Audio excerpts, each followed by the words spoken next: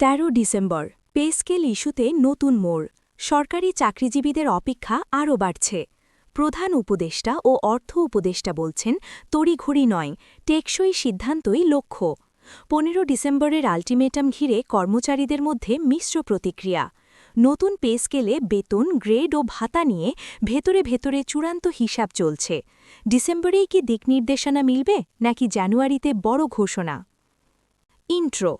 আসসালামু আলাইকুম আপনি দেখছেন পে স্কেল আপডেট জোন আজ ১৩ ডিসেম্বর আর সরকারি চাকরিজীবীদের জন্য পে স্কেল নিয়ে দিনভর যেসব তথ্য বক্তব্য ও ইঙ্গিত এসেছে সবকিছুই আমরা সাজিয়ে এনেছি আজকের এই ভিডিওতে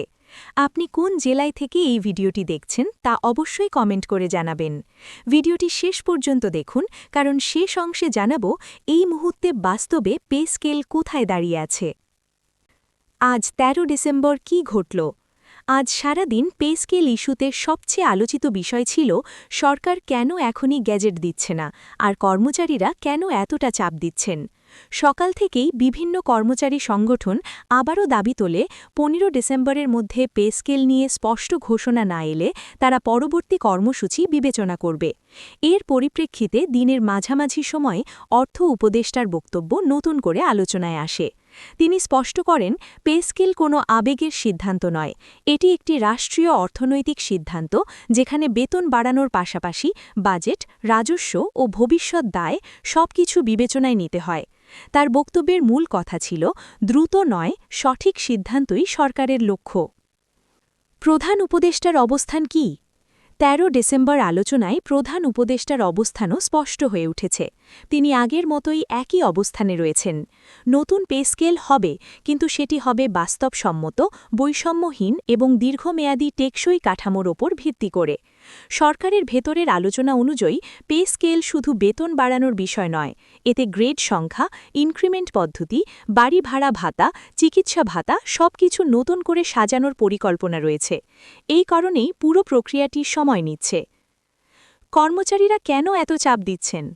সরকারি চাকরিজীবীদের দৃষ্টিকোণ থেকেও বিষয়টি গুরুত্বপূর্ণ ২০১৫ সালের পে স্কেলের পর প্রায় এক দশক পেরিয়ে গেছে এই সময়ে দ্রব্যমূল্য বেড়েছে বাসা ভাড়া বেড়েছে শিক্ষা ও চিকিৎসা ব্যয় বেড়েছে